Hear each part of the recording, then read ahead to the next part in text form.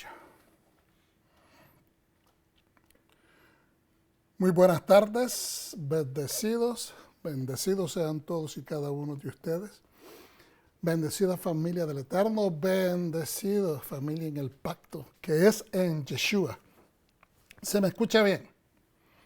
Quisiera que me diera alguien, aleluya, por medio de la transmisión. ¿Se puede escuchar muy bien? Ok, nada más queremos asegurarnos.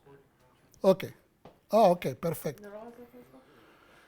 La última que se había dado tenía la impresión que íbamos a hacerlo en directo, pero está muy bien.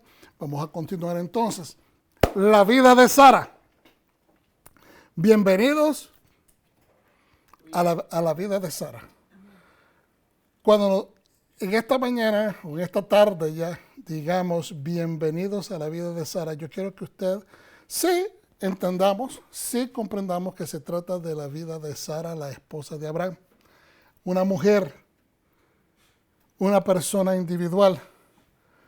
Pero más bien quisiera que nos enfocáramos en la vida de Sara como la nación a la cual nosotros representamos, la nación que ha sido el sueño de nuestro Padre Celestial, Abba, Hashem, Yahweh, ha soñado desde el principio de los tiempos con que se establezca una nación, una estirpe para Jehová, una estirpe para el Rey del universo, una descendencia, y esa nación nace con Sara.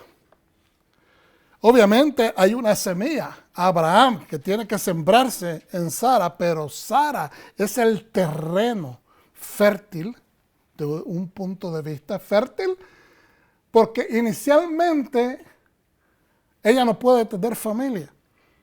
Pero decimos fértil porque proféticamente el Padre Eterno, el Padre Creador de los cielos y la tierra, le da la promesa, es decir, que la promesa también ha sido sembrada en ella. Y aunque el tiempo pasó, y aunque el tiempo le trajo pruebas, aunque el tiempo le trajo muchas vicisitudes, muchas cosas que nunca se imaginó iba a pasar como esposa, ella se convirtió prácticamente en el terreno fértil, como se lo prometió el Eterno, que ella se convertiría para traer a fluidez el nacimiento de una nación. Abraham, siendo un hombre que vino de las naciones y siendo el primer hebreo, se convierte por su fe, se convierte por haber creído a Dios, el justo Abraham, porque le fue contado por justicia. ¿Qué significa que le fue contado por justicia? Significa simplemente creyó, obedeció y actuó.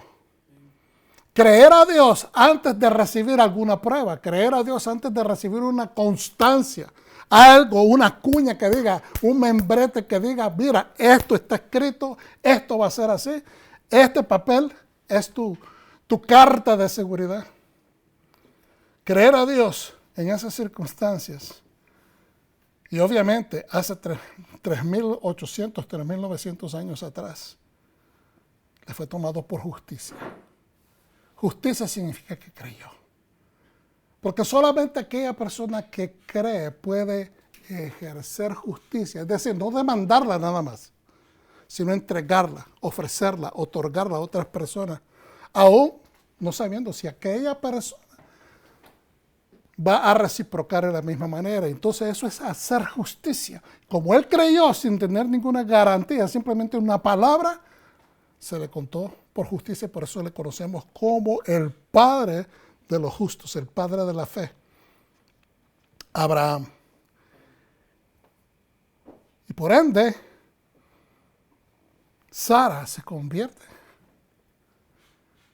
en la matriarca Sara, de quien irían a salir nobles, reyes, gente importante, dijo la promesa que le dio el Eterno. Pero vamos a continuar con esto. Siguiente diapositiva.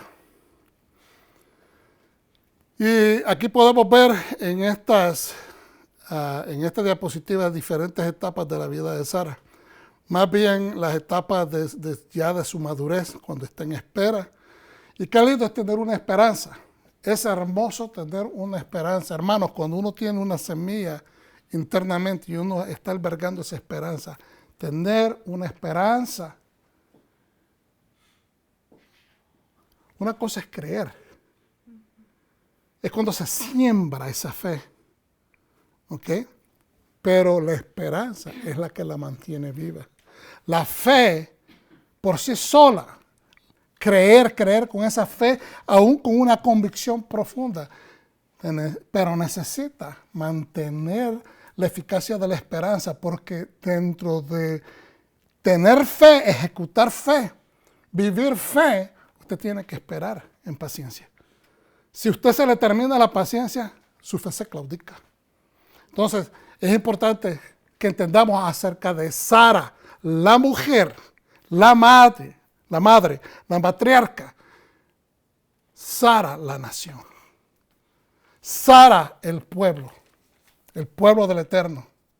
Necesitamos esperar en esperanza viva. Hemos creído en el Eterno. Y esta situación, decíamos durante la oración, antes de empezar el mensaje, de que esta situación, las vicisitudes, la pandemia, la situación las injusticias sociales que hicieron que el pueblo se desbocara en buscar soluciones y exigir y protestar y hacer cosas que no eran necesariamente necesarias, valga la redundancia, quemando, rompiendo, destruyendo, o sea, se desbordó la ira. Y todos empezamos a tener un poco de temor de qué iba a suceder. Y después ahora las elecciones y la desaveniencia. La gente no está,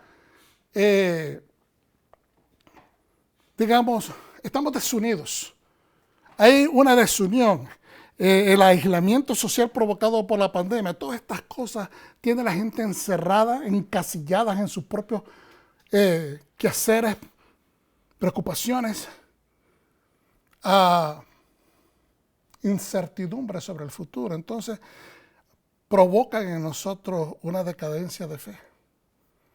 Tal vez no dejar de creer en Dios, pero decadencia en la catapulta interna espiritual que nosotros necesitamos para el día a día.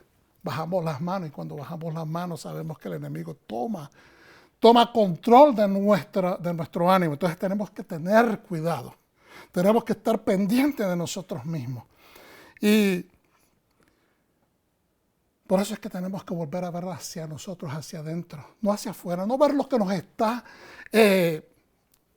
perturbando. El mosquero negativo espiritual que tenemos alrededor tratando de sacarnos o de desenfocarnos.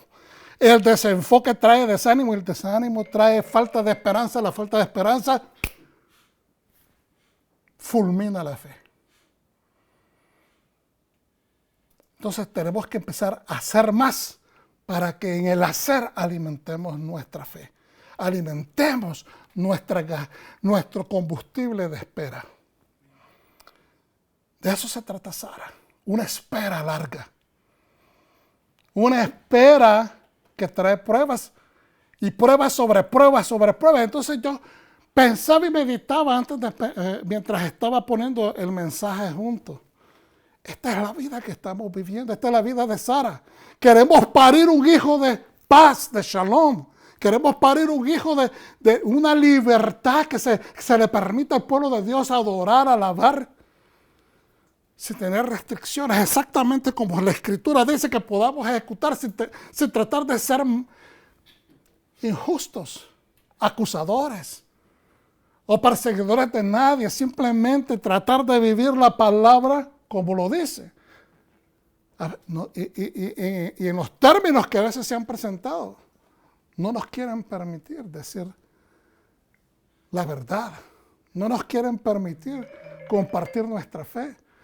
Una fe, unas acciones que han construido los países más desarrollados de todo el planeta Tierra, donde el cristianismo llegó, donde la palabra de Dios se ha divulgado, se ha propagado.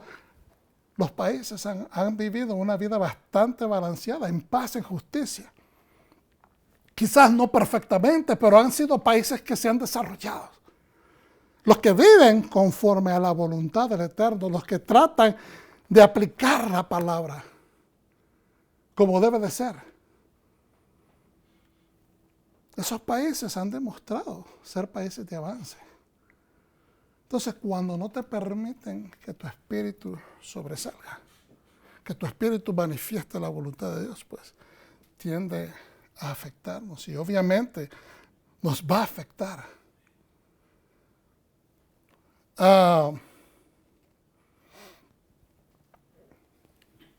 La historia de Sara entonces es la historia nuestra. Historia como por historia individual. ¿De qué estamos queriendo ser? Primero la pregunta, ¿de qué estamos queriendo ser embarazados? ¿De qué queremos estar embarazados? ¿Queremos estar embarazados de un proyecto, de un niñito, un bebé, un proyecto, un sueño personal? ¿O queremos que ese embarazo venga a través del sueño de Dios? Vuelvo y repito, la pregunta que hoy queremos explorar dentro de nosotros a través de todo este mensaje. Yo quiero quedarme embarazado, no estoy hablando literalmente del embarazo como una persona, a la larga sí, alguien que me escucha, alguien que nos está viendo, podría decir, yo quisiera poder quedar embarazada, no he podido, mi esposo y yo hemos tratado, no se puede. Entonces este mensaje también es para ustedes. La pregunta es, ¿yo quiero quedar embarazada de un hijo nuestro? ¿O quiero que este embarazo sea un hijo conforme al sueño de Dios en la vida de ese niño?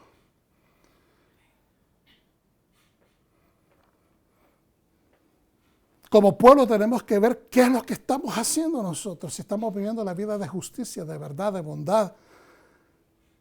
El mensaje de Yeshua, nuestro Mesías, el Evangelio, las buenas nuevas, la Besoraja Geulá, las buenas nuevas de la redención, las buenas nuevas de la redención que nos predicó y nos enseña nuestro Maestro. Son esas mismas, bondad, misericordia. Que hagamos cosas. Entonces, en la porción de esta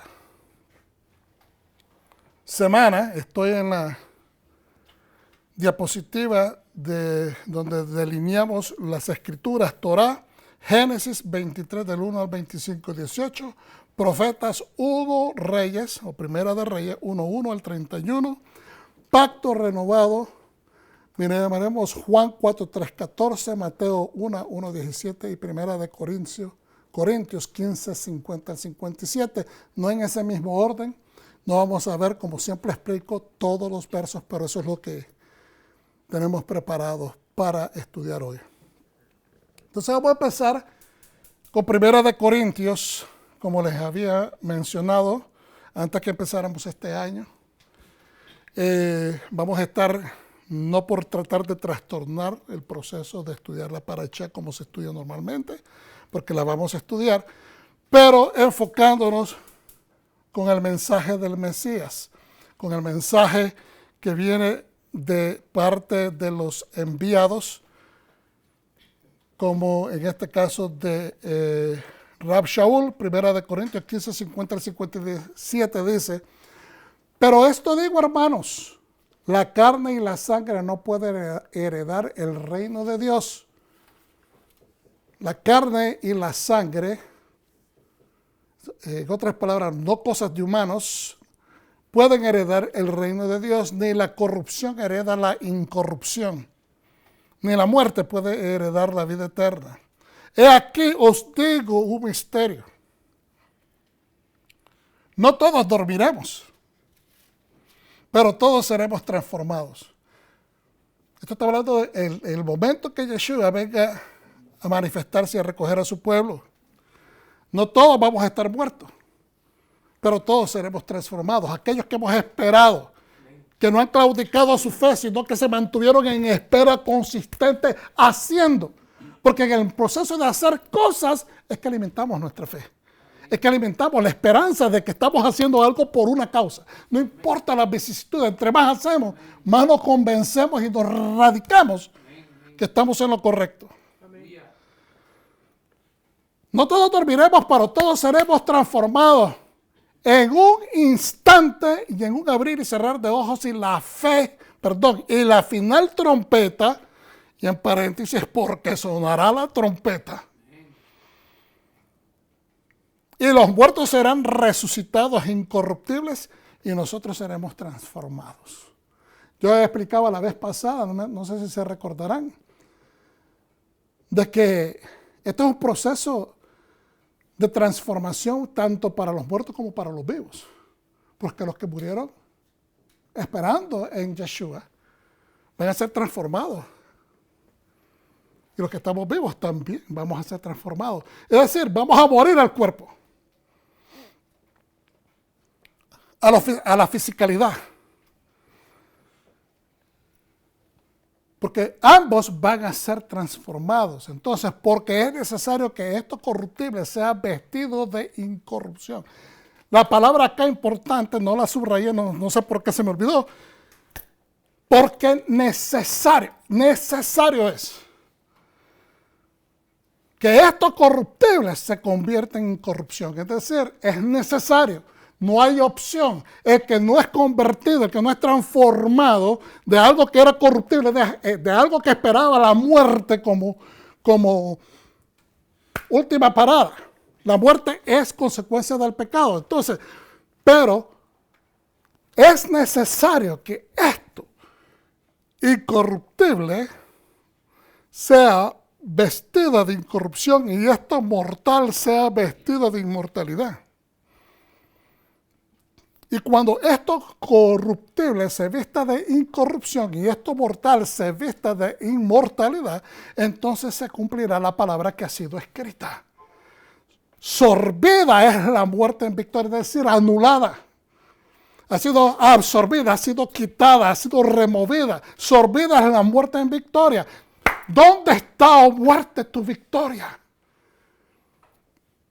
¿Dónde, oh muerte, tu aguijón? Es decir, ya no puede afectar a la persona que ha muerto en la esperanza de la vida eterna que solamente puede ser dada a través del Mesías, Yeshua HaMashiach. Esa persona puede, en ese momento de transformación, poder ser testigo y decir, sorbida es la muerte en victoria. Ha sido anulada, ha sido removida. Entonces, ¿dónde está, oh muerte, tu victoria? ¿Dónde, oh muerte, tu aguijón? Ya no me puedes hacer daño. Pues el aguijón de la muerte es el pecado y el poder del pecado la ley. Y es aquí donde muchos tropiezan en este verso. Pues el aguijón de la muerte es el pecado. Obviamente, la paga del pecado es ¿qué? La muerte. Y entonces dice, y el poder del pecado, la ley. Entonces por eso no procuramos cumplir la ley, no procuramos caminar en los mandamientos, todo lo que es la ley es cosa que nosotros no nos tenemos que preocupar. Eso es una mentira del diablo, es una mala interpretación de lo que está diciendo el poder del pecado, la ley. No es que el pecado lo produce la ley, es la ley la que lo identifica, lo apunta, la gente lo niega esto, lo rechaza, lo toma tomando que es poder. No se trata de eso, por eso está en paréntesis. No es el pecado que produce la ley. Es decir, la ley no produce el pecado, la ley apunta al pecado. Y que hace un rato teníamos una conversación con uno de los hermanos acá presentes de su familiar, ¿ok? Mientras más uno le dice a la persona, mira, deja de hacer esto, más la persona se empecina en seguir haciendo lo que no debe de hacer. ¿Por qué? Mira que eso no es malo. Mira, no es saludable desde el punto de vista natural, ¿no? Físicamente tu cuerpo se va a deteriorar. Es pecado. El Señor no quiere que una persona tenga abuso de vicio. Y esto también va a tener consecuencias con tus familiares, que espiritualmente te va a afectar a ti y a toda tu familia. Nos está afectando a todos. Pero entre más uno le dice eso a la persona, más se empecina. Entre más lo apunta la ley, que es algo malo. Entonces va la persona como que es un efecto, ¿cómo se dice? Reaccionario, lo que tiene a veces la gente, reactivo y reaccionario. Porque a veces las personas, entre más se les dice, no hagas esto. Es como el niño, es algo que está dentro del ser humano, hermanos. Tenemos algo, esa naturaleza que viene con el niño. El niño, entre más usted le dice, no toque, el niño más toca. Y una vez que la persona está acostumbrada, está enviciada, está, ¿cómo se dice?, convencida de que ese estilo de vida es lo que más le gusta, entonces no lo va a dejar de hacer. Pero le está apuntando la ley, le está apuntando el buen consejo, le está apuntando la sabiduría, que eso es malo, que no se debe de hacer, pero la persona sigue haciendo. Entonces, por eso es que el pecado toma poder sobre esa persona. ¿Me está entendiendo? Porque una vez, fíjese bien, psicológicamente tiene un efecto, ¿cómo se dice?, a la inversa. En el momento que la persona es reconocida que tiene la falta, usted lo puede ver cuando la policía para a una persona. Esto es lo que está bastante enfrente de nuestros ojos en nuestra sociedad. Cuando el policía para a la persona, que tal vez no paró porque iba demasiado rápido, porque infringió la ley, el código del tránsito, el código del tráfico, algo hizo, no paró, se comió una luz, lo que sea. En el momento que es agarrado en la infracción, hay una reacción negativa, porque no quiere ser encontrado haber hecho un error, no quiere que le pongan la multa. Entonces hay una reacción negativa automática que quiere negar que cometió el error, que quiere negar que fue agarrado infraganti. Y ese es un problema cuando tratamos con la naturaleza humana. Por eso, cuando la ley te canta la falta, agarra poder tu pecado dentro porque no quieres aceptarlo. Te agarraron infragante, estás avergonzado y eso te molesta y te provoca a soberbia. No estoy diciendo ustedes, estoy diciendo que eso sucede con las personas que no han tomado dominio sobre su persona. No es el pecado, repito, lo que produce la ley, o no es, mejor dicho, que la ley produzca el pecado. Es la ley la que lo identifica, lo que lo apunta, y entonces automáticamente la gente lo niega, lo rechaza, tomando poder sobre nosotros. Porque al nosotros querer convencer a otra persona, no, yo no tengo la culpa, no es mi falta, y si te dejan ir, te vas creyendo que te saliste con la tuya y te crees convencer de que estás bien. Por eso toma poder sobre tu vida. Verso 57, pero gracias a Dios que nos da la victoria por medio de Yeshua HaMashiach, Jesucristo, Señor nuestro. Así que mis hermanos amados, estad firmes, inconmovibles, hermanos, durante esta situación de la pandemia. Los niveles están subiendo más, cada día más alto. Va a llegar posiblemente un momento que va a haber un lockdown. No lo sabemos. Dios quiere que se pueda sacar más pronto, lo más pronto posible, las vacunas, que sean buenas vacunas, que traigan solución verdadera y que no creen enfermedades. Ojalá que sean efectivas y que nosotros podamos vencer este reto. Pero con esta situación social, con la situación de la pandemia, con el encerramiento, todo esto está bien caldeado. Entonces es importante que usted no baje las manos, sino que digamos, pero gracias a Hashem, gracias a Dios, gracias a nuestro Elohim, que nos da la victoria por medio de Yeshua HaMashiach, Jesucristo, Señor nuestro. Todo lo puedo en Cristo, todo lo puedo en Yeshua HaMashiach, que nos fortalece. All things are possible through Yeshua HaMashiach, who strengthens us. Así que mis hermanos amados, estad firmes, inconmovibles, abundando en la obra del Señor siempre, abundando en la obra. ¿Y qué es la obra? Esa es otra pregunta. ¿Qué es la obra del Señor? Ir a la iglesia, ir a la sinagoga, agarrarnos de las manos y vivir en paz, en shalom, en justicia, en verdad.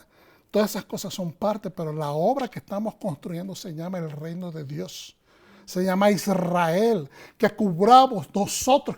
La gloria de Dios va a cubrir toda la tierra a través de su pueblo que emana, que emite la voluntad de Dios, que se ejercita haciendo la voluntad de Dios, que están inconmovibles, están firmes, abundando, haciendo las obras para que ese reino se manifieste aquí en la tierra. Así como ya en los cielos se manifiesta aquí en la tierra. Esa es la oración de Yeshua.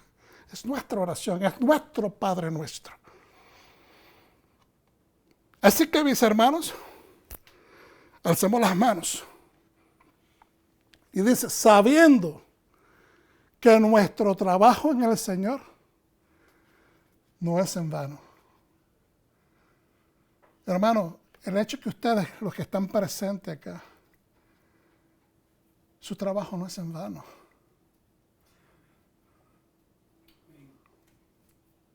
Neil, I know that you don't understand most of what I'm saying. Your work is not in vain.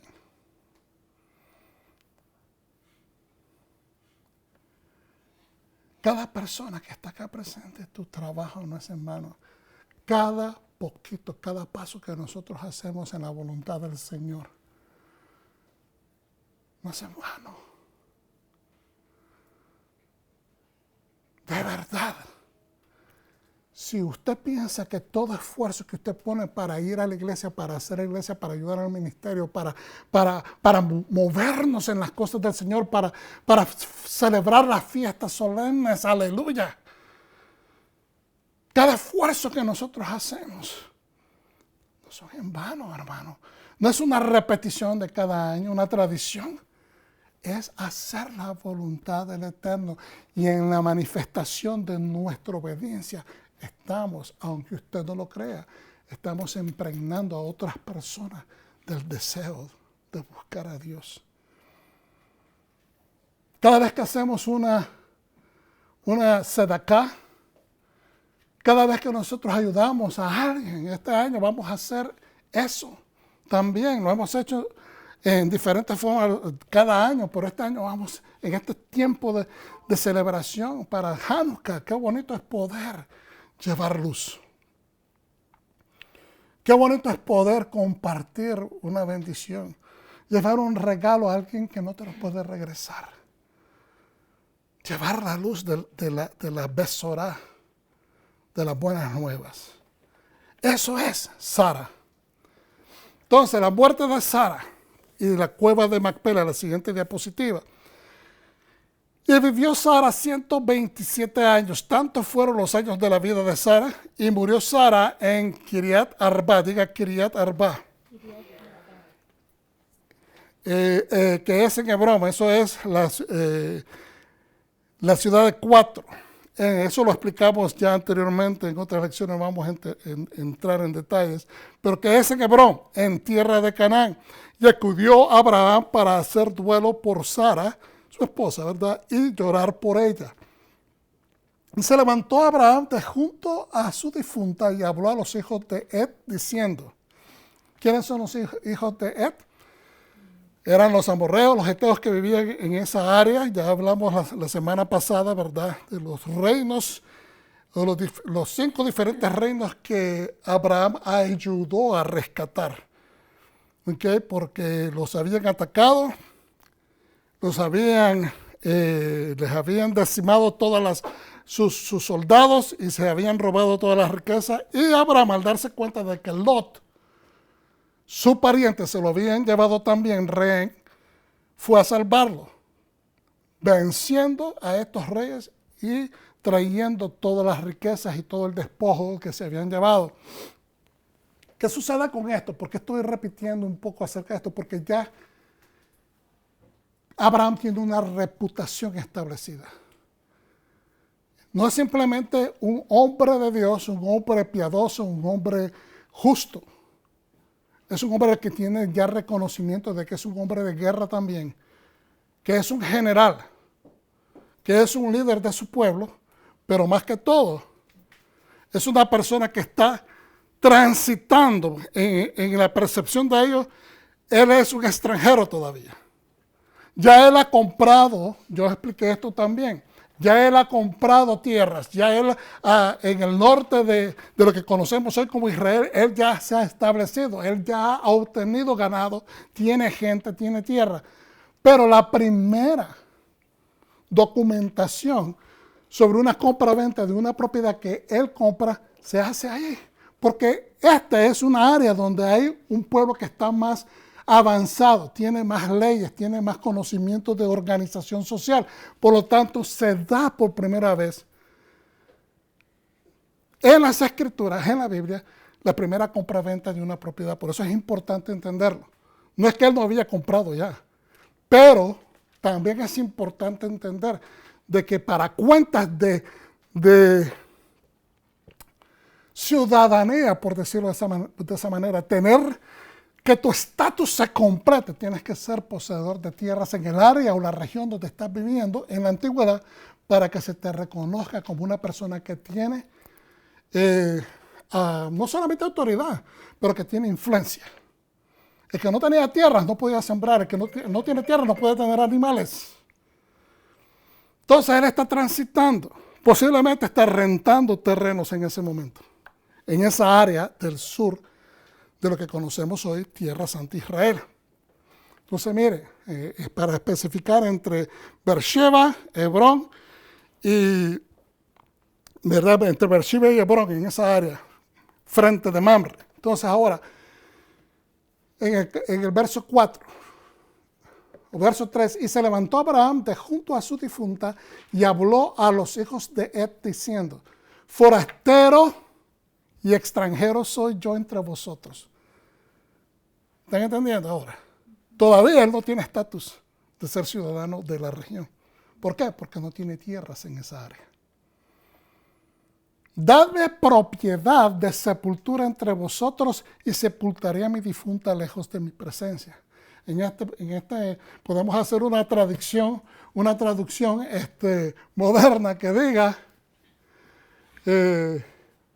como yo no tengo propiedades en esta área, yo necesito que ustedes me vendan un lote para poder yo enterrar a mi esposa.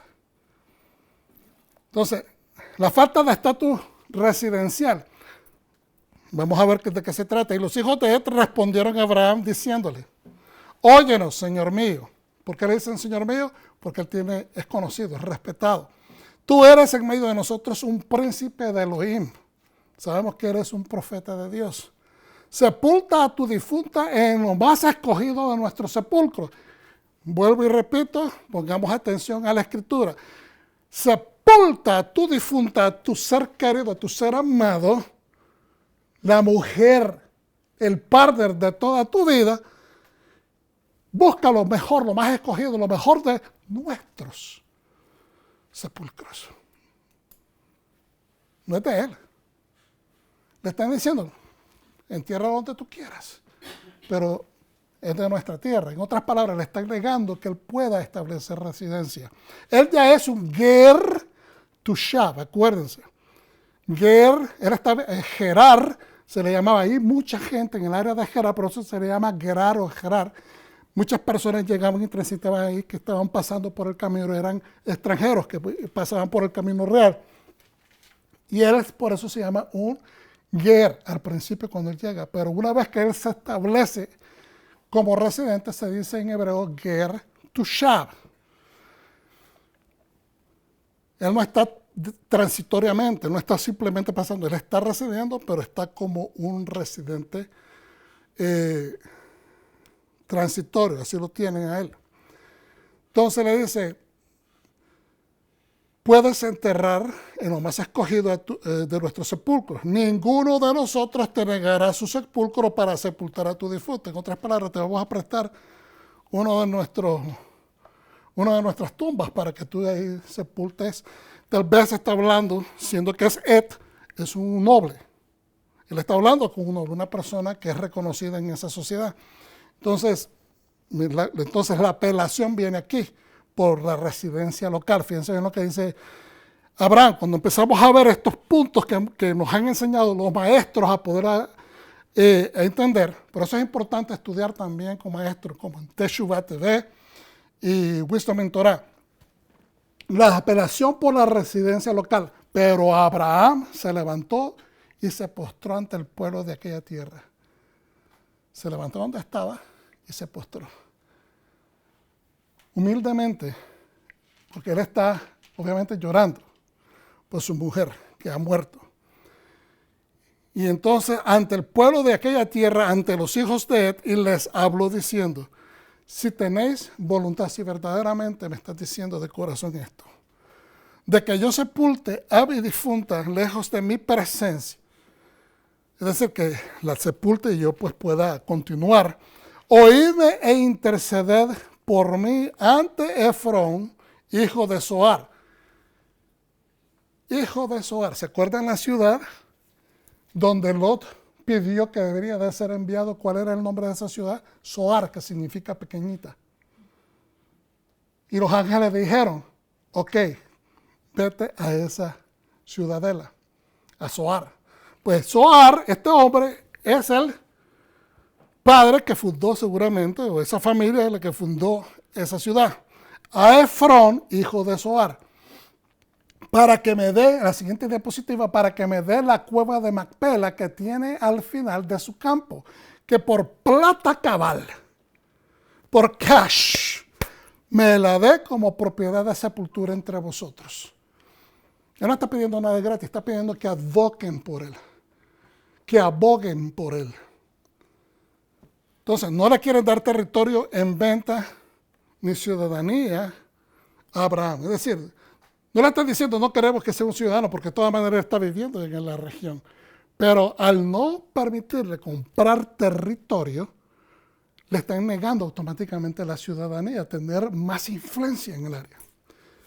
Y Efrón habitaba en medio de los hijos de Ed, y respondió Efrón el Eteo a Abraham, a oídos de los hijos de Ed y de todos los que entraban por la puerta de la ciudad, diciendo, no, Señor, oídme, yo te doy el campo y la cueva que está en ella. Te doy el campo, te doy hasta la cueva que está en ella, en presencia de los hijos de mi pueblo, sepulta a tu difunta. Es decir, cuando le dicen yo te doy, yo te lo voy a prestar, te lo voy a permitir que la utilices.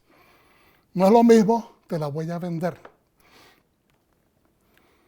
Una medida más clara de tratar de someter a Abraham, vamos a poner esto en contexto, porque estamos hablando de esperar, estamos hablando de perseverar, estamos hablando de persistencia, de aguantar la vicisitud de los problemas. ¿Cómo los interpretamos? Me voy a enojar, me voy a enojar porque no me quieren dar, o voy a pedirles humildemente y voy a continuar perseverando hasta el momento que yo pueda conseguir lo que he venido acá.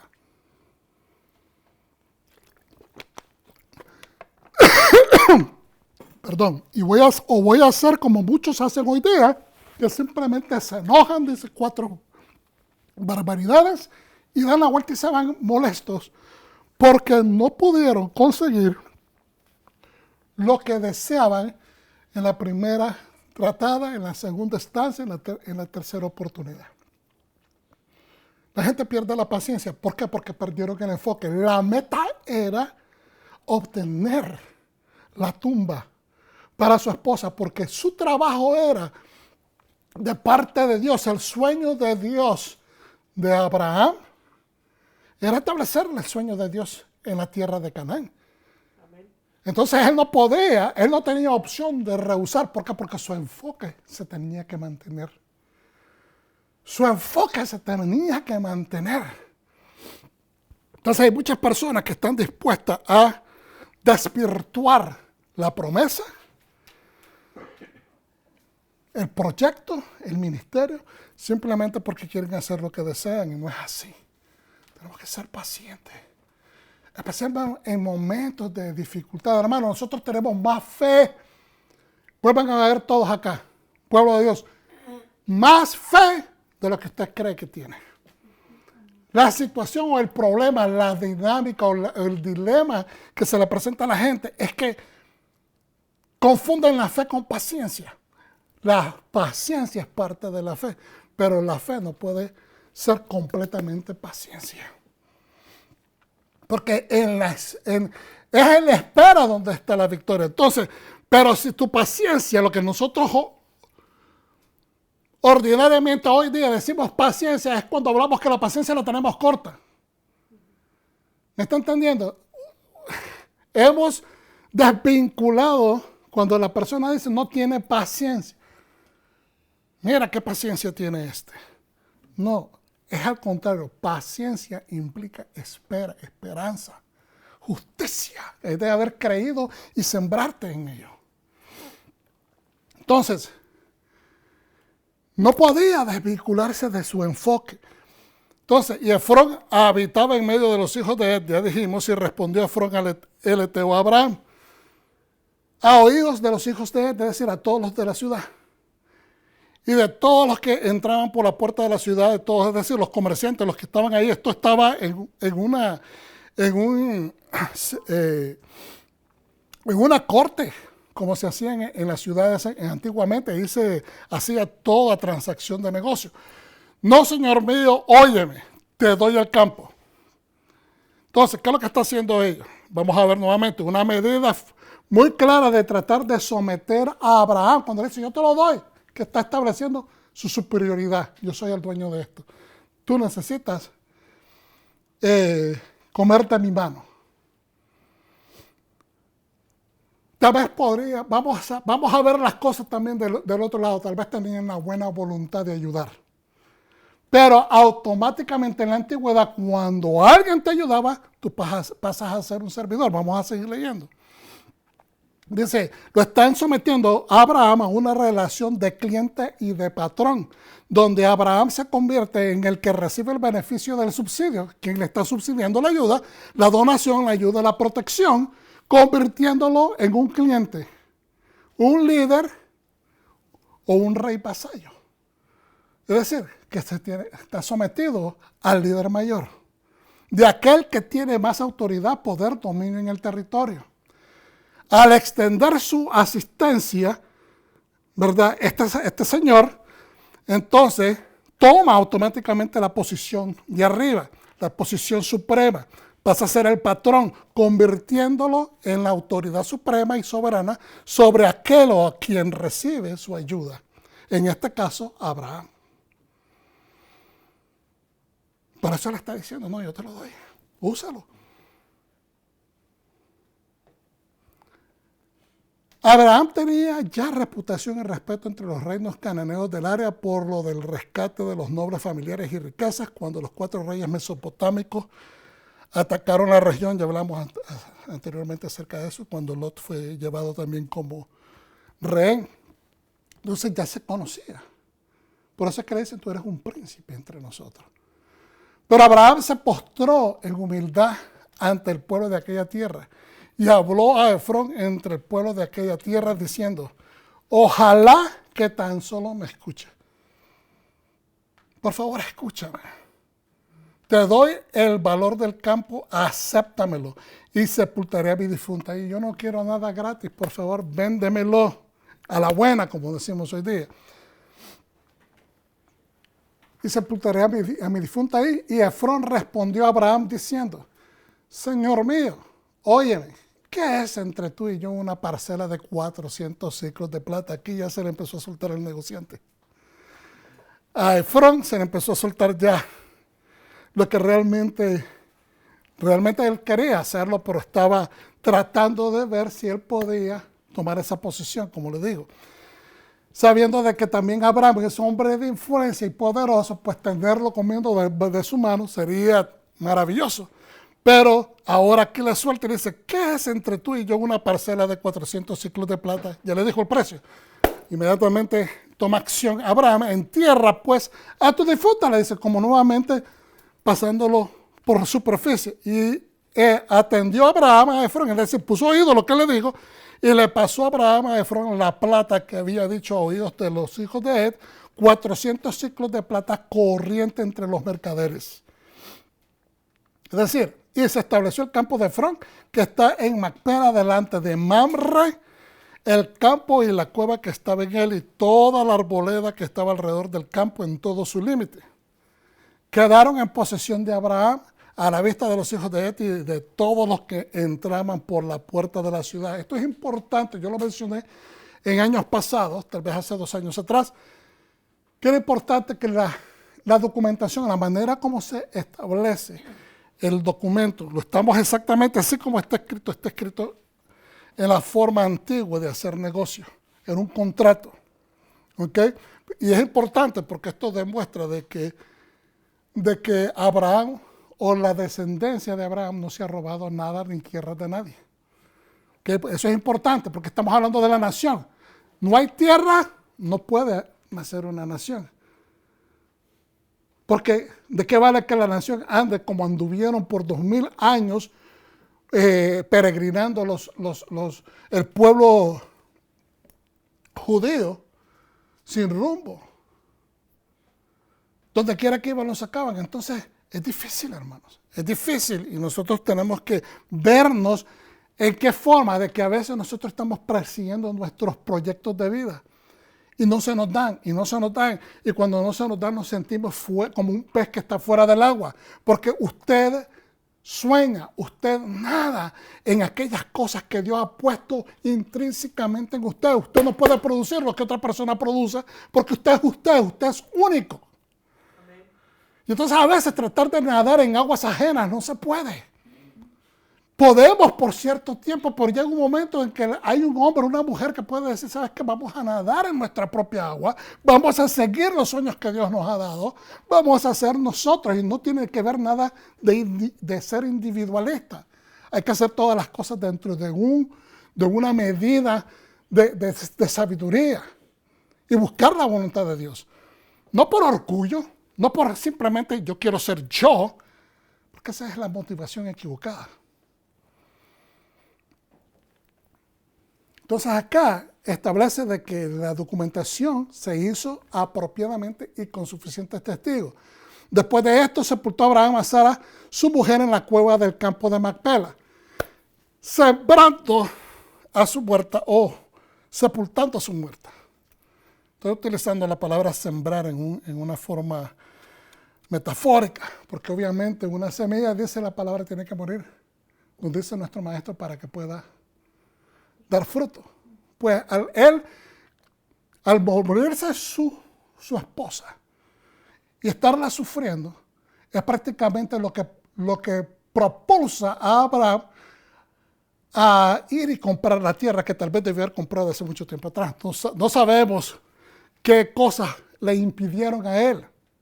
Pero hasta en ese momento, a partir de la muerte, es que él es motivado a ir a comprar la tierra para poder enterrar a su esposa. Pero entonces es de ahí donde nace este territorio, este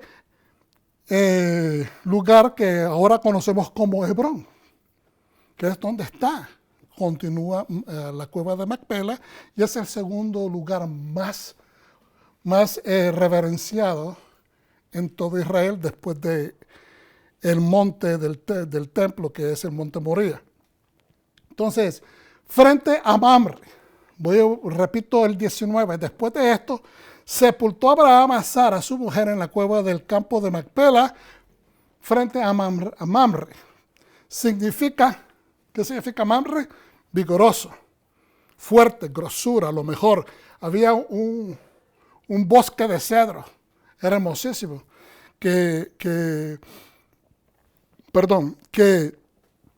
pues de ahí ocupaban esas maderas, los amorreos o los amorí.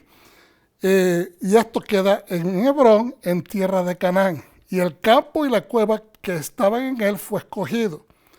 Entonces, ese campo fue escogido. Lo que significa fue escriturado, fue asentado como posesión de Abraham, como propiedad de sepultura procedente o obtenida de los hijos de Et. Ok, vamos a ir un poquito más rápido. Ahora, la cueva de Macpela, hermanos, o Macpelá, en hebreo los rabinos indican que significa doble. Significa doble. De la raíz hebrea KPL o Kof Pe-Lamed. O sea, se pronunciaría Kepel, que significa doble. En el léxico Strong es la palabra número 3718 y se interpreta en la literatura rabínica como una referencia a una cueva doble o de las parejas, una cueva de las parejas o de parejas enterradas en la cueva. Ya nosotros hablamos acerca de esto, de que ahí están las parejas de los patriarcas sepultadas. ¿Okay? En la gruta de Macpela está situada cerca de Mamre, identificada como Hebrón. En Génesis 23, 19, 33, 19. Ya esto ustedes lo conocen, pero lo repito para cualquier persona que por primera vez está escuchando esta información. Los historiadores bíblicos nos explican: hasta que su esposa fallece, Abraham estuvo errante transitando la tierra de Canaán como un ganadero nómada, de aquí para allá. Esto no se debe de entender, ¿verdad?, en el contexto errante, como que anda sin rumbo, que no tiene propósito. Pues Abraham sabía por qué estaba en tierras de Canaán. Era la tierra prometida, era Haaretz, que había sido prometida por el Eterno a él. Él sabía que estaba ahí por un propósito y se dedicó a comprar tierras, primero al norte, en Shechem, luego al centro, eventualmente llegando a Gerar, Beersheba y Hebrón, más al sur. Ahí compró tierras y esa es la documentación que acabamos de hablar. La vida de Sara deja herencia. La vida suya como pueblo de Dios tiene que dejar herencia, tiene que inspirar una herencia. No una heredad, sino un legado. No solamente una herencia de títulos y de cosas, de dinero, de propiedades, hermanos, sino un legado. Una cadena, una trayectoria, una delineación hacia un futuro, un plan, un proyecto. ¿Cómo la vida de tus familiares van a continuar? ¿Cómo aquellas personas que están cerca? Porque no necesariamente tienen que ser familiares sanguíneos, sino como las personas que están alrededor de nosotros deben de ver cómo estamos afectando, cuál es la proyección del pueblo de Dios, de la Sará, la princesa de Dios. Pasó de ser Sarai, mi princesa, a ser Sará, o Sara, princesa de naciones. Porque eso es lo que implica la H al final, la G del nombre de Yahweh. Es importante. Usted es la Sara, usted es el pueblo de Dios. Amén. Entonces los historiadores bíblicos nos dicen de que hasta en ese momento él estuvo como errante, pero no errante que no tenía propósito, sino un extranjero que estaba moviéndose y con el propósito de ir apoderándose, pero comprando propiedades. Y se dedicó a comprar tierras, primero al norte, en Shechem, luego al centro, eventualmente llegó a Gerar, Beersheba, Hebrón. Ahí compró tierras. La vida de Sara es de gerencia. Cuando uno muere, sabemos si esa vida, la que vivimos, esa vida que hemos vivido, sirvió para algo. Obviamente usted que está muerto, o yo que estaré muerto, Dios no lo permite, yo quiero que todos, y oro que todos estemos vivos cuando venga Mesías, pero digamos, si sucediera de esa manera, la persona que muere no se da cuenta. ¿Qué tanto impacto tuvo su vida después de su muerte, obviamente, verdad? Pero, ¿cómo lo vamos a saber? Lo vamos a saber a través de las decisiones que toman las personas que estaban en su entorno y después de su ausencia. Por ejemplo, Rebeca fue traída desde Harán e inmediatamente que llega y consuma su matrimonio con Isaac, este varón, ¿qué hace? La introduce a Ribca en la tienda de su madre. Ella no conoció a su suegra. Ella sabía de la suegra, porque cuando su suegra pasó por Harán con Abraham, de camino que venían de Ur, pasaron por Harán, ¿Estuvieron ahí cuántos años? 20 y tantos años estuvieron allí en Harán. Y luego después, cuando él cumplió los 75, bajaron a tierra de Canaán. Después de la muerte de Tera, su padre. Entonces, los familiares de Rebeca, conocieron a Sara.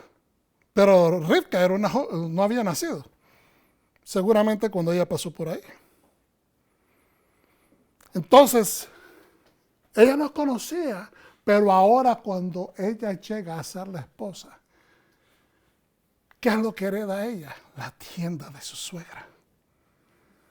Entonces, es lógico y normal de que tenga que preguntar cómo era ella, quién era ella. Usted sabe que, desgraciadamente, nosotros en nuestra sociedad siempre estamos hablando y haciendo chistes de la suegra. Y no son chistes buenos, siempre son negativos. Porque no queremos ser criticados, porque no queremos que la suegra nos pare y nos diga, nos cante 1, 2 y 3 de las que estamos haciendo mal. O porque la suegra tenga mejores expectativas del tratamiento que le podemos dar a su hija. Eso es normal para una suegra, porque es una madre. Pero nosotros se nos ha enseñado a ver lo opuesto, nos ha enseñado a ridiculizar, y no estoy criticando negativamente, estamos en Shabbat, lo que estoy tratando de ver es hacer tojahat, corrección a la manera como nosotros culturalmente hemos sido inclinados a hacer lo contrario. Mira, si te casaste con la esposa y ella te cayó bien y ella tiene buenos modales y ella tiene buenas actitudes, tiene un carácter lindísimo, ama a Dios, conoce a Dios, entonces eso es trabajo, posiblemente de sus padres también, que han sembrado en esa mujer. Vamos a ver, vamos a tratar de conocer a la suegra como una madre. No que reemplace la tuya. Varón o varona, no es que esa suegra reemplace la tuya. Es que podamos tratar, tal vez, extraer lo mejor de ella. Así como extraemos de nuestros padres, de nuestra madre lo mejor, no lo peor.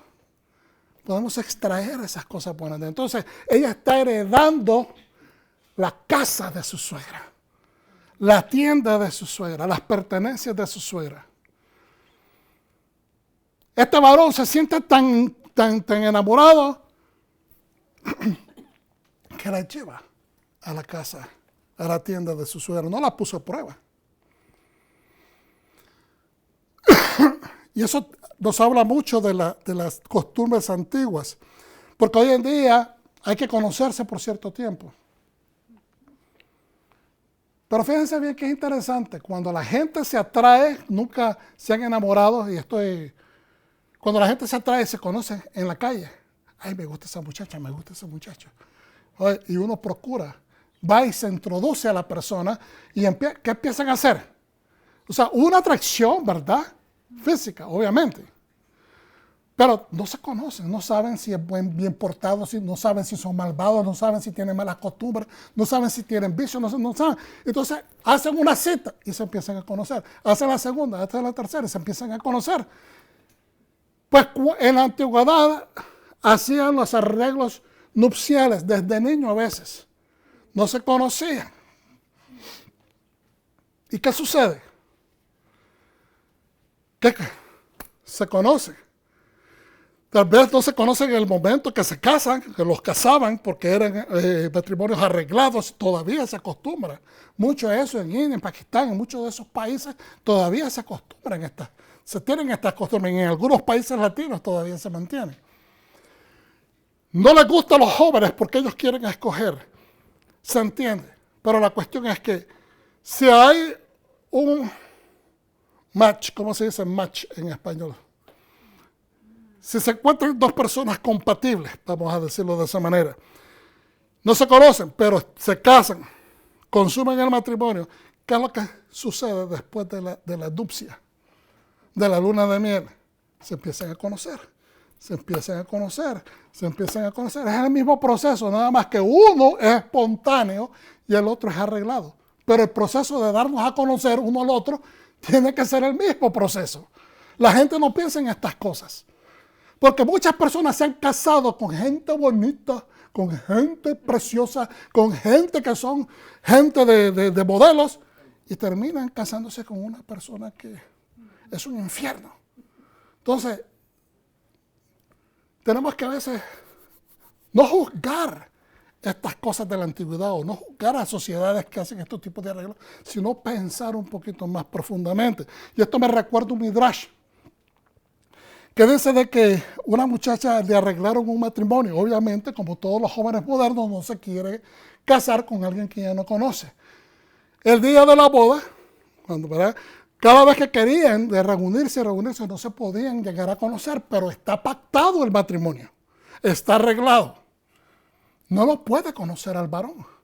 Y entonces llega finalmente el día de la boda y el varón llega con sus familiares, entra con su séquito al recinto, la novia está esperando al varón y cuando ella lo mira de largo, mira de que el hombre trae un defecto en sus pies. Y entonces ella le dice al papá, papá, ese hombre tiene un defecto en sus pies, yo no me quiero casar con una persona que tenga así. Y le dice el papá, no podemos retractarnos. Esta es una persona, mira, tal vez tiene su problema al caminar, pero no está mal parecido, está bien parecido. Y entonces ella no quiere casarse y está llorando, está neurasténica. Entonces, cuando mira al novio, que está sucediendo esto, le dice al papá de la muchacha, permíteme hablar con ella unos minutos.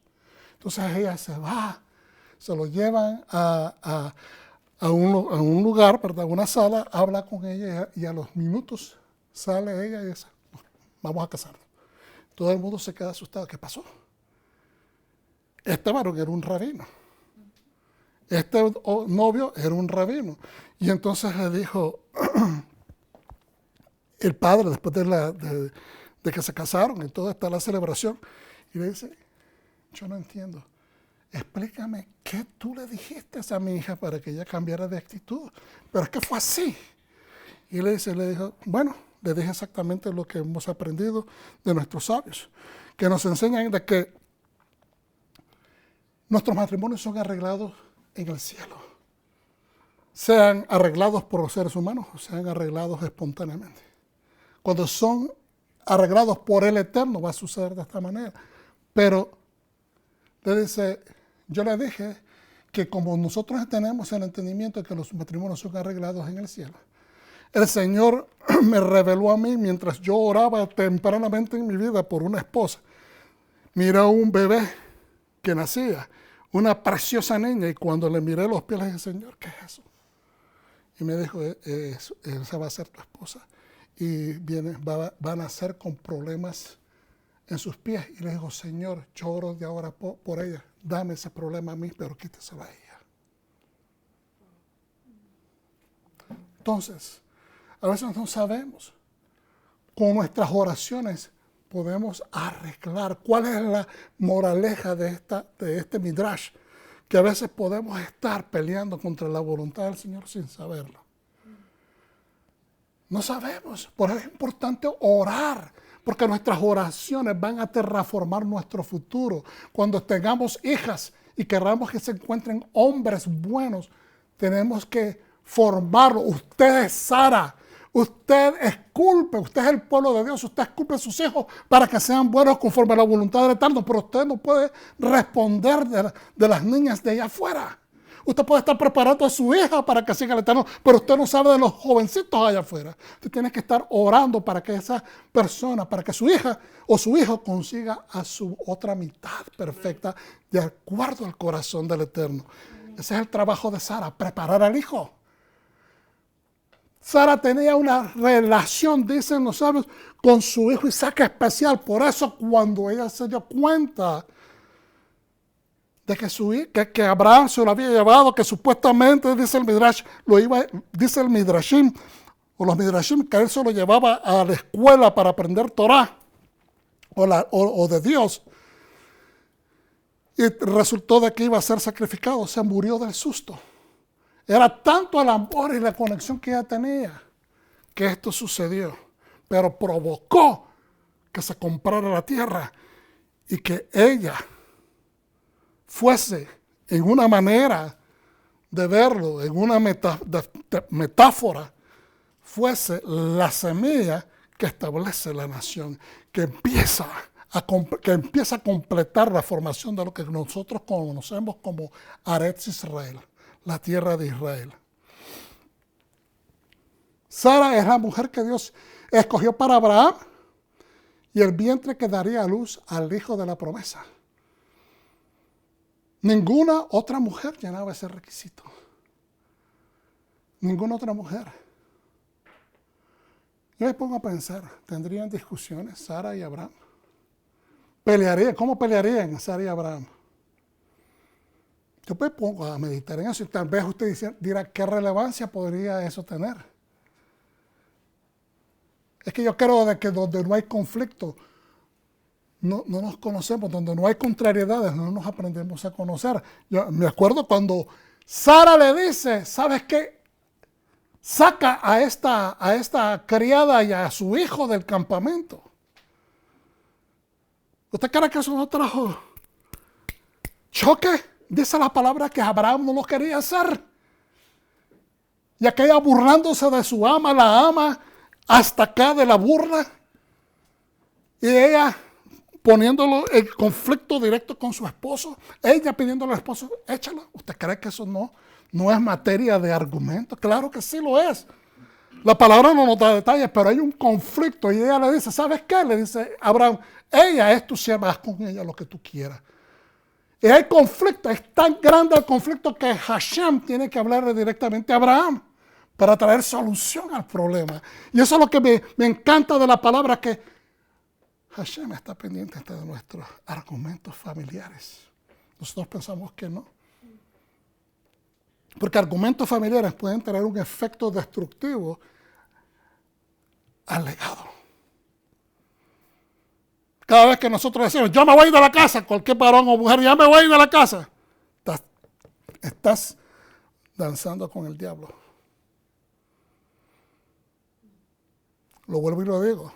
Cada vez que una persona dice, me voy de la casa y voy a romper, voy a irme, voy acá, estás danzando con el enemigo. Porque eso es lo que quiere el enemigo.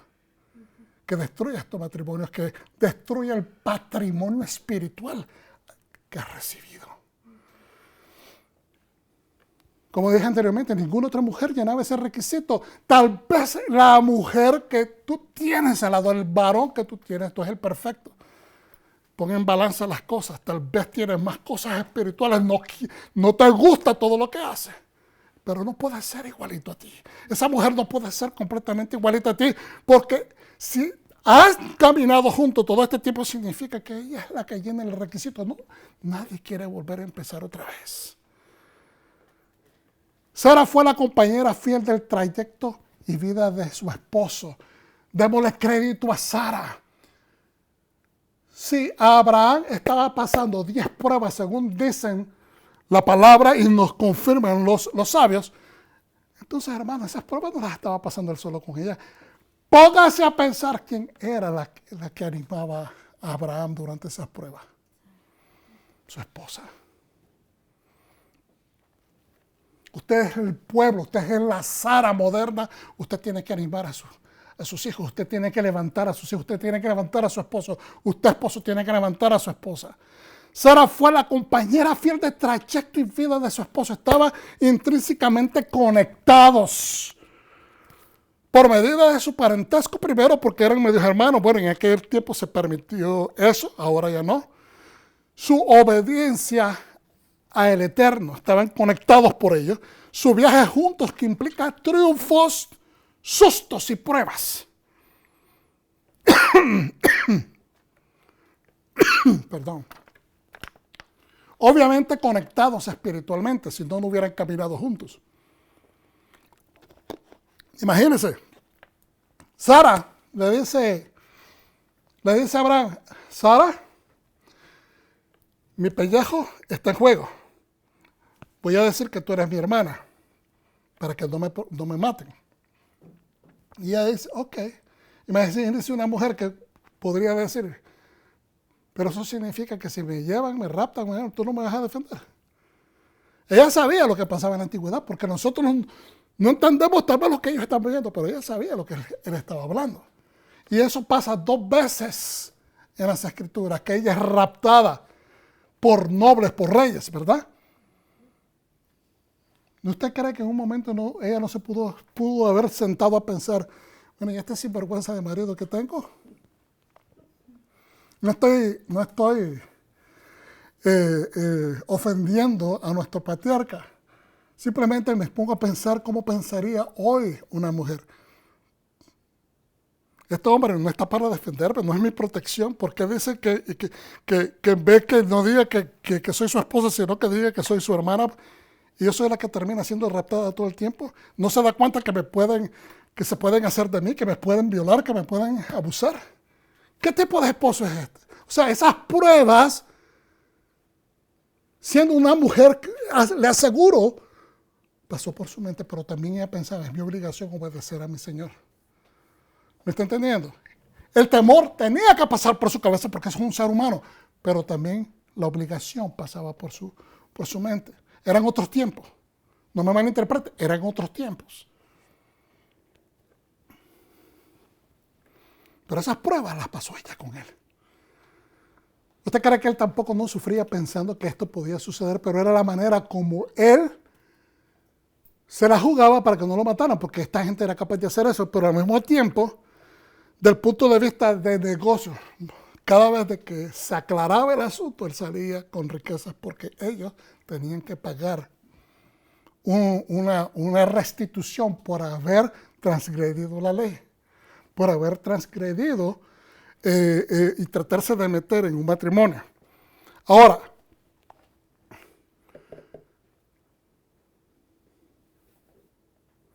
finalmente de ellos viene el fruto de vida, hermanos, que da lugar a la nación que soñó Hashem, no la nación que soñó Abraham. Y déjenme explicarle cómo llegamos a esa interpretación. Abraham quería un hijo. Desde que salió de Ur, él tenía 52 años de edad cuando salió de Ur de los caldeos. Soñaba, añoraba a un hijo, pero no se le daba. Y después cuando Dios le promete que le va a dar prole, que le va a dar descendencia, él dice, acepto, claro que sí. Pero Dios se asegura de que Abraham entienda que este no es mi hijo, que yo voy a hacer lo que me da la gana con él porque es mi hijo, sino que Dios pasa el proceso de moldear, formar a Abraham de acuerdo a su voluntad, para que después Abraham transfiera ese legado a su hijo. ¿Me está entendiendo?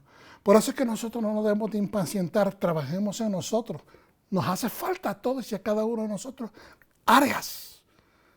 A todo ser humano nos hacen falta áreas. Vamos a confeccionarlas, vamos a trabajarlas, vamos a remodelarnos en la escritura del Eterno, en las palabras, en la Torah del Eterno. Sustituyendo los pensamientos viejos, como dice Rab Shaul, ¿verdad? Aleluya. Se me fue la palabra en este momento, pero que habla en Efesios, ¿no? De que tenemos que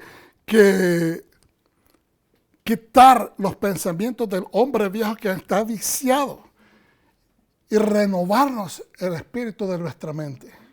¿Ok? Entonces ahora, en Isaac y Rivka cae ahora la responsabilidad de esa nación, la nación santa y reino de Dios. La tienda de Sara entonces es como decir la oficina de operaciones. Porque ahora Rivka tenía que aprender cuál era la misión de Sara, cuál era la misión de papá Abraham, cuál era la misión de esta familia. Ella tiene que ahora quitarse la cultura pagana de allá de Aram, porque ellos adoraban a otros dioses, ustedes se acuerdan, ¿verdad? Labán viene de ahí, familiar de ella. ¿Okay? Tiene que quitarse esa cultura, reaprender a adoptar la cultura del Dios único que se le enseña a Abraham, y entonces ahora retomar la batuta, porque en ella cae el matriarcado. Entonces, Ella no puede inventarse un matriarcado diferente. Ella tiene que aceptar la envergadura que ha sido establecida por Dios en Sara. Entonces Rebca no se viene a inventar un mundo nuevo, ella tiene que retomar la batuta. Cuando se dice retomar la batuta es que no va a agarrar un bastón ajeno, tiene que tomar el bastón de su suegra. No podemos tomar un bastón ajeno a la Torah, hermanos. No podemos tomar un bastón ajeno a la Torah. Un bastón ajeno a la voluntad de Dios para esta nación. Entonces el centro de operaciones, la tienda de Sara, donde esta nueva matriarca, Rivka, la hereda el matriarcado a través de la unión con Isaac. Rivka no vio y dijo, yo quiero mi propia tienda. No me gusta la de tu mami, es pasada de moda. Es una casa vieja. Son las cosas que no me pertenecen. No, al contrario, era honor. Era un honor. Y su vida de ahí en adelante sería de aprender la cultura interna del pueblo de Abraham, que es el pueblo de Hashem. Los méritos más importantes y trascendentales son hechos, hermanos, por personas anónimas. ¿Sabe que de Rivka no se dice mucho? Más la travesía de Harán para acá y de aquí, muy poco escuchamos de Rivka, excepto cuando va a dar a luz a sus hijos. Pero los méritos más importantes y trascendentales son hechos por personas anónimas, personas sencillas. No sé por qué puse socias ahí. Sencillas, sensatas y que no desean aparentar nada. No desean fama, no desean ser lo mejor, no desean relucir. Un ejemplo claro son los bomberos y héroes espontáneos de hoy día. Cada vez que alguien salva a alguien, yo hice lo que otro ser humano debe hacer. Nadie anda buscando bombos y platillos que lo celebren cuando uno hace cosas de este tipo. ¿Por qué? Porque es de un ser humano buscar el bienestar de otra persona. Entonces por ejemplo, veremos la samaritana, Juan 4:5. Dice que vino pues a una ciudad, Yeshua, de Samaria, llamada Sicar, junto a la heredad que Jacob dio a su hijo José. Era una herencia que Jacob le dio a su hijo José. Era una herencia que Jacob le dio a su hijo José. Quiero que pongan en su mente. Y estaba ahí el pozo de Jacob. Y entonces Yeshua, cansado del camino, se sentó junto al pozo. Era como la hora sexta. Vino una mujer de Samaria a sacar agua y Yeshua le dijo, dame de beber. Pues sus discípulos habían ido a la ciudad a comprar de comer.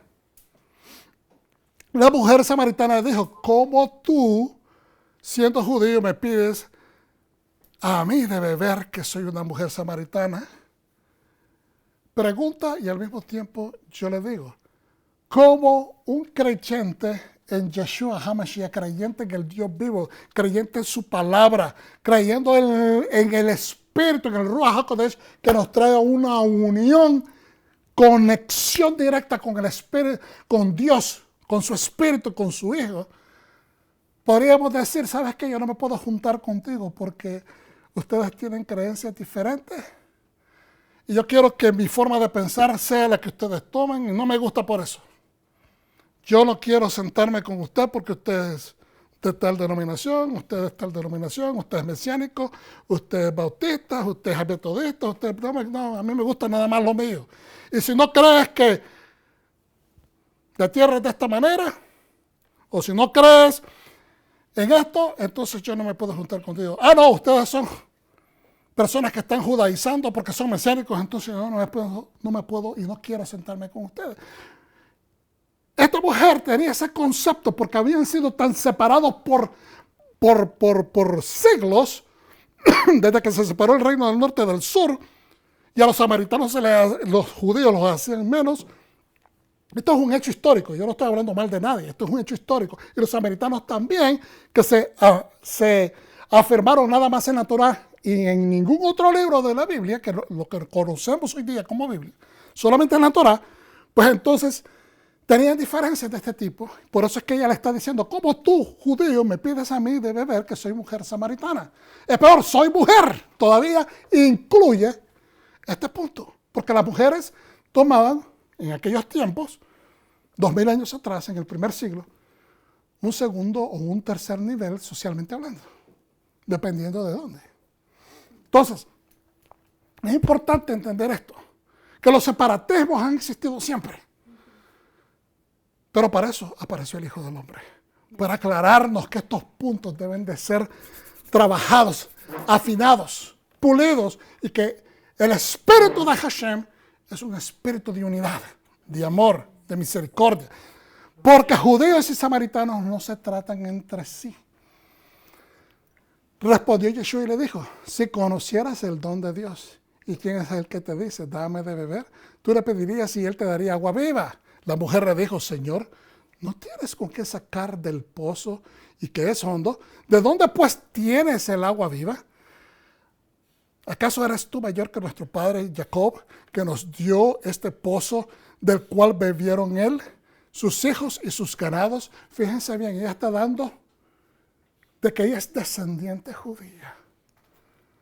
Padre Jacob.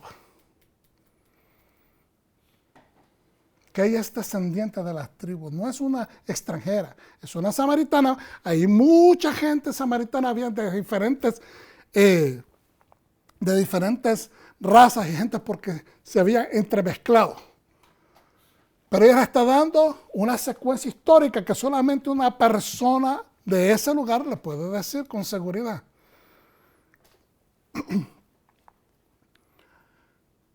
Respondió Yeshua y le dijo, cualquiera que bebiera de esta agua volverá a tener sed, mas el que beba del agua que yo le daré no tendrá sed jamás, sino que el agua que yo le daré será en él una fuente de agua y salte para vida eterna. Entonces la mujer le dijo, Señor, inmediatamente, Señor, dame de esa agua para que yo no tenga sed, ni venga aquí a sacarla.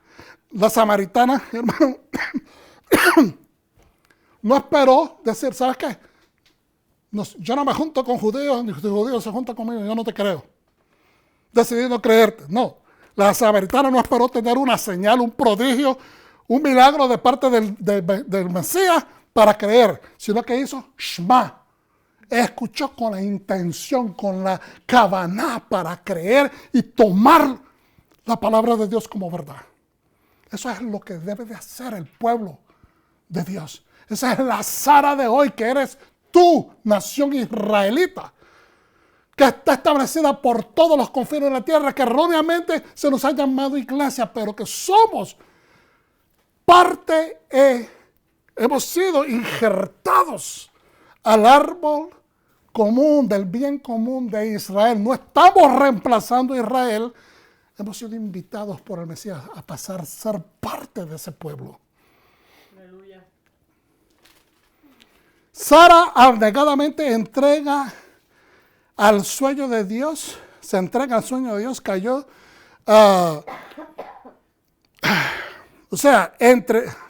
voy a repetirlo, Sara abnegadamente y entregada al sueño de Dios cayó durante su secuestro, cayó durante su secuestro cuando la secuestró el rey de Egipto, aleluya, estoy pendiente del tiempo, se me está, el rey de Egipto, y después Abimelech, que es un rey del área ahí mismo, en el área de Canaán, por donde ellos vivían, ella cayó durante esas dos situaciones, hermano. Sufrió, también sufrió con todo, como dije anteriormente, las burlas, los maltratos, los innuendos, los menosprecios que le hacía Agar. Y ella estaba también haciendo lo mismo, enseñándole a su hijo, a que él aprendiera a ser irrespetuoso a su ama. Y usted créame que aunque la palabra no registra eso, es un hecho de que lo que el padre siembra en el hijo, lo que el hijo ve hacer a los padres, eso lo va a repetir. Pero en este caso, estamos viendo que nosotros estamos tomando como pueblo de Dios la decisión de seguir la voluntad del Eterno, de cultivarnos.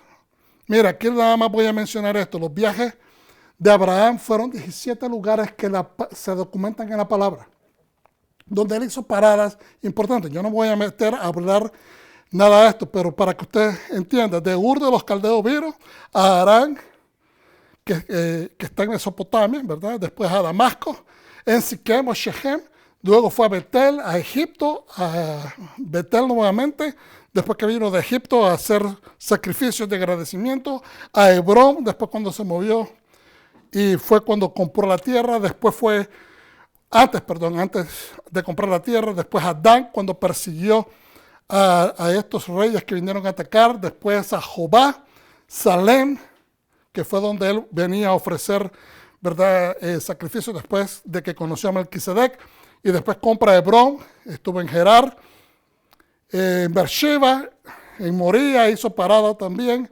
Beersheba, y después en Hebrón Mamre, que fue finalmente cuando murió Sara. Anteriormente mencioné Hebrón como inciso número 12, no fue ahí cuando él compra, sino que es hasta en esta última parte el inciso número 17, pero es una trayectoria. Ahora en Mateo 10, fíjense lo que dice. A estos 12 envió Yeshua y les dijo instrucciones diciendo, por el camino de gentiles no vayáis. No estaba haciendo división, sino que él vino primeramente a buscar a quiénes, a las ovejas perdidas de la casa de Israel. ¿Okay? Por camino de gentiles no vayáis y en ciudad de samaritanos no entréis. ¿Por qué? Porque estaban mezclados. Iba a ser difícil separar quién es quién. ¿Okay? También las diferentes creencias, sino que vino a buscar a las ovejas perdidas de las tribus de Israel. Sino ir ante las ovejas perdidas de la casa de Israel y yendo predicar diciendo, y yendo, proclamen diciendo, el reino de los cielos se ha acercado. Usted no puede proclamar el reino de los cielos. Yo no puedo, el pueblo no puede proclamar que el reino de los cielos se ha acercado y nosotros comportarnos diferentemente a lo que debe de ser el comportamiento del reino de los cielos. Sanad enfermos. Pero esta es la parte que me llama la atención. No lo hemos visto tantas veces, pero esto es importante. Es hacer cosas. Es hacer cosas que dan testimonio de nuestra fe, dan testimonio de nuestra espera y dan testimonio de que nosotros necesitamos continuar haciendo para fomentar y establecer el legado. De otra manera, no podemos esperar que nuestra descendencia nos siga si nosotros estamos dando ejemplos diferentes. Entonces, fíjense bien, con anunciar que llega, el reino de los cielos que se ha acercado, hay que sanar enfermos, limpiar leprosos, resucitar muertos, echar fuera demonios. De gracia recibiste, demos de gracia. Hay que hacer.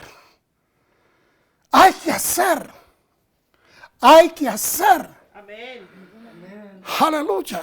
Entonces, un siervo, hermano, busca el propósito. Por ejemplo, Sara. Un siervo busca el propósito. Seguir la instrucción al pie de la letra, primero. ¿La del pastor? No. Lo que dice la palabra, lo que dice la Torá, lo que dice las enseñanzas de Yeshua, los evangelios. Seguir el propósito no es simplemente obedecer al líder, al ministro, al jefe o al líder comunitario, político. La obediencia es obedecer sabiendo que estamos obedeciendo a Dios Hashem. Es importante obedecer a estas personas, pero tenemos que entender cuál es tu propósito en servir debajo de esas personas. Tu propósito es manifestar la voluntad de Dios, aunque estés debajo de una persona que no cree en Dios. ¿Me está entendiendo? Aunque sea contradictorio, aunque sea dificultoso. No con predicaciones necesariamente todo el tiempo, pero con tu actitud de vida. Con tus valores, con tu ética, con tu amor, con tu manera de ser gente. La obediencia es obedecer sabiendo que estamos obedeciendo a Dios, a Hashem. Si no hay contradicciones con la Torá, en referencia a los comportamientos de liderazgo de esa persona que es nuestro jefe, concerniente a los mandamientos, entonces hemos de entender que tu posición, tu rol, tu llamado es servir. Tú no puedes estar sirviendo debajo de una persona que sea un inmundo, una persona que sea un impío, un ladrón, una persona que esté haciendo cosas malas. No podemos tener una persona de jefe en el momento que usted se da cuenta. Usted no tiene que decir, usted es un ladrón, esto y otro. Usted simplemente somete su renuncia. ¿Me entiende? No podemos servir debajo de esa gente. Una diferencia entre los conceptos, voy a repetir esto que acabo de decir, si no hay contradicción, si usted tiene un jefe, un líder, una persona que no tiene contradicciones de comportamiento en referencia a los mandamientos en la Torá, entonces, concerniente a esos mandamientos, esta persona no está haciendo nada malo, entonces tenemos que entender que usted sirviendo a una persona que no cree en Dios, mientras no presente esos choques contra su fe, entonces su posición, su rol, es de servir, pero primeramente el Señor, siendo ejemplo de quién es Yeshua aquí en la tierra. Una diferencia entre los conceptos de siervo y líder, o jefe, ¿verdad? Y hay que explicar esto, que siervo y líder a veces se ha malinterpretado el que el jefe, el líder, es el que manda. Estamos simplemente en diferentes roles. Cada persona tiene que hacer su parte. No todos podemos estar arriba, no todo el mundo puede ser jefe, no todo el mundo puede estar dirigiendo. Tenemos que ser humildes y entender estas cosas, pero que cada persona es una ficha, es una pieza importante en llevar a cabo la voluntad de Dios. Diferencia entre seguidor y discípulo. ¿Queremos hacer la voluntad de Dios? ¿Queremos hacer la voluntad de Yeshua? ¿O simplemente queremos aparentar? ¿Cuál es la mentalidad del reino o la de héroe? La del reino quiere hacer la voluntad de Dios primero, la del héroe quiere ser la persona importante. Entre el anonimato del siervo y el prestigio del famoso. ¿Qué es lo que quiero hacer yo? Quiero estar enfrente, quiero estar... Eso es importante establecerlo. En la formación de tu identidad, de mi identidad. Pueblo de Dios, en la formación de nuestra identidad. Sara vivió toda su vida prácticamente en anonimato. Pero no tanto en anonimato, fue en obediencia, en sumisión, porque ella conocía que su parte era esencial. Ella fue una columna. Es más, es la única mujer que tiene una paracha a su nombre. Es la única mujer que provocó de que su muerte lanzara, catapultara el nacimiento de la nación. Hay personas que se despropositan, pierden el propósito y en su malestar de mala crianza, en sus acciones agresivas, en sus acciones atacantes, insultantes, algunos son con actitudes pasivo-agresivas, son con realces de elitismo, altivismo, exclusividad, manifiestan su escasez de convicción, hermano. Hay personas que no quieren servir a Dios a menos que estén en una posición. Su falta de propósito. A veces con sus actitudes nos enseñan, a veces proyectan sus inconsistencias siendo desleales a sus líderes e infieles a lo que dice Hashem, a lo que dice su Dios, Elohim. Pero fíjense que Sara y el pueblo de Dios hoy día tenemos que entender esto. Sara mantuvo fidelidad a diestra y siniestra, a derecha e izquierda, al derecho y al revés. Nunca sostuvo una postura de primer lugar o de fama. Jamás demostró ser una persona con deseos de sobresalir o ser reconocida. Y esa debe ser la actitud del pueblo de Dios. La actitud de la iglesia, la actitud de la Kehilá, de todo el reino de Israel sobre la faz de la tierra. Sara tuvo que tener fe, creer a Dios a través de la fe de su esposo, primeramente. Era a él a quien Dios hablaba. Pero fíjense que hoy en día la mujer diría, no, tú dices que te habla Dios, que Dios me hable a mí primero. Ajá, se ríen las mujeres porque saben de lo que estoy hablando, ¿verdad? Que me hable a mí también. Yo quiero que me hable a mí para que me convenza que lo que tú estás en lo correcto. Porque la mujer busca su seguridad. El hombre va más con la fe, se da la obediencia más rápido que la mujer. No, yo no me tire tomates. Es la verdad, la mujer necesita que su sentido de seguridad se sienta completa. Sara tuvo que tener fe, hermanos. Primeramente a través de la fe de su esposo. Sabemos que no fue perfecta, pues se impacientó y provocó uno de los errores más grandes que podemos ver en la trayectoria de estos héroes bíblicos, de nuestros patriarcas y matriarcas. Provocó por su impaciencia lo que estamos viviendo hoy. Un hijo de que vino a ser prácticamente el padre de una nación que está en completo y directo conflicto con el pueblo de Israel. Pero su ejemplo es ejemplo para la nación de fe. Es nuestra misma historia, porque nosotros cometemos errores y peores todavía. Es nuestra misma historia. Aprendamos a ver los errores de nuestros héroes bíblicos como parte nuestra íntegra, porque son seres humanos como nosotros. En ocasiones decaemos, fallamos y nos arrepentimos. Y el Eterno está ahí a través de Yeshua para perdonarnos. Y seguimos adelante, nos recogemos y seguimos adelante. Entonces, ¿qué buscamos? ¿Qué busca usted, hermano? Hermana, ¿qué busca usted? ¿Reconocimiento de los hombres? ¿O la aprobación de Hashem? Porque decía Rab Shaul, si yo estuviera buscando el aplauso de los hombres, ya no fuera servidor de Dios. No podríamos ser servidores verdaderamente de Dios si estamos buscando el aplauso, reconocimiento y estamos peleando por una posición para que nos miren los hombres que estamos brillando. No podemos, porque se nos vuelve, a veces se puede volver en una hipocresía continua y no nos damos cuenta. No con el hombre, con Dios. Creemos que le estamos sirviendo a Él, pero estamos con las motivaciones equivocadas. Y esto es un llamado, ¿ok? Suena regaño, pero es un llamado a la corrección, especialmente en un tiempo tan exactante como el que vivimos. Como dijimos anteriormente, Sara produjo la reacción expansiva que en su muerte ella provoca que se obtengan tierras, y de ahí todos conocemos cómo se ha desenvuelto la historia de Israel.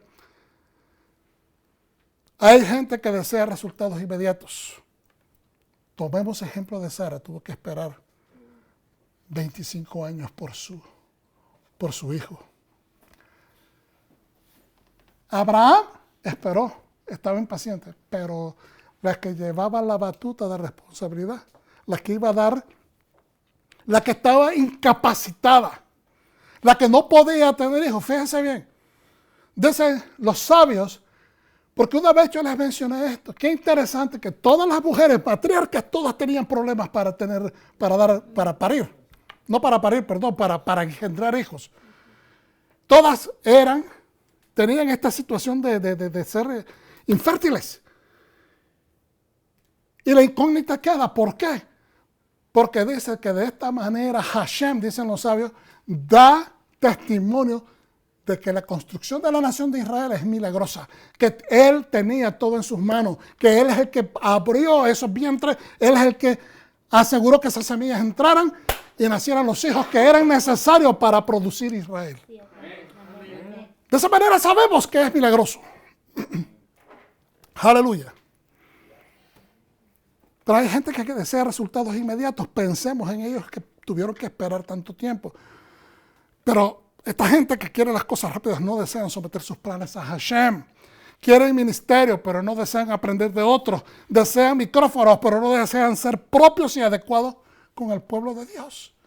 Cualquiera podría decir, pastor, usted me está regañando, usted no está siendo adecuado con él. No, hermano, estoy siendo mucho más adecuado de lo que realmente podemos hacer. O que debemos de hacer, porque es importante que nos corrijamos. Yo créame que me estoy hablando a mí mismo también. No es regaño, es ayudarnos a vernos por dentro. Desean proyectar sus propias ideas o rapear sus propios poemas.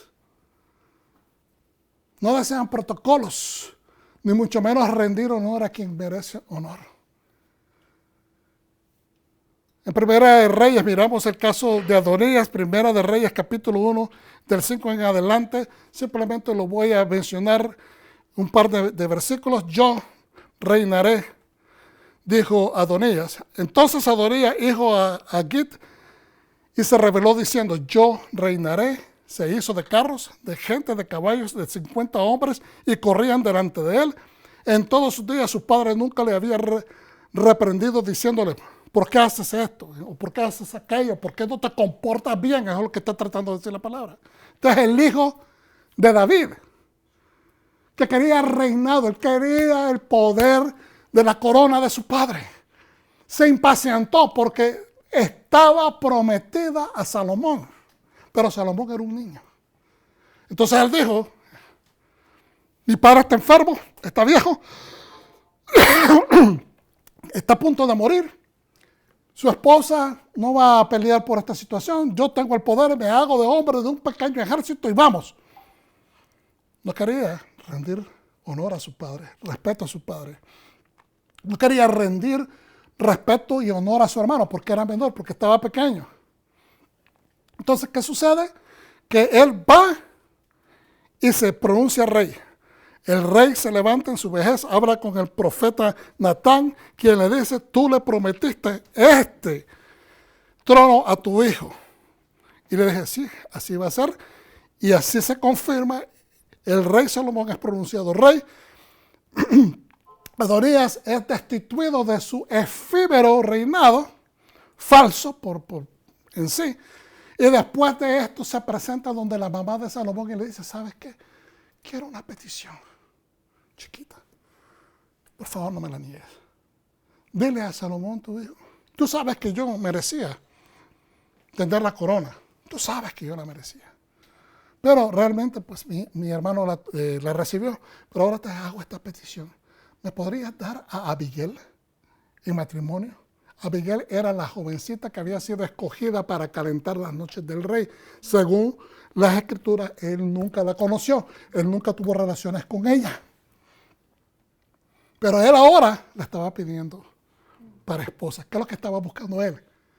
¿Qué es lo que estaba buscando él? Estaba buscando una asociación de una concubina, por decirlo así, aunque no tuvo relaciones con su padre, pero él estaba tratando de usurpar primero la corona y después la cama de su padre. ¿Con qué? Con el objetivo de tener una posición política para decir, esta era la mujer de mi padre, él nunca la tocó y ahora yo me caso con ella, entonces yo tengo derecho a la corona. Él estaba buscando su politiquería para vencer. No es así, no se hacen las cosas chuecas. Entonces, es importante entender, cerramos con esto, hermanos, que somos un pueblo elegido por el Señor, injertado por su amor y misericordia. Sí, amén, amén. Y lo que hemos recibido de gratis, vamos a entregarlo de gratis. Amén. El Señor te bendiga, el Señor te prospere. Shalom.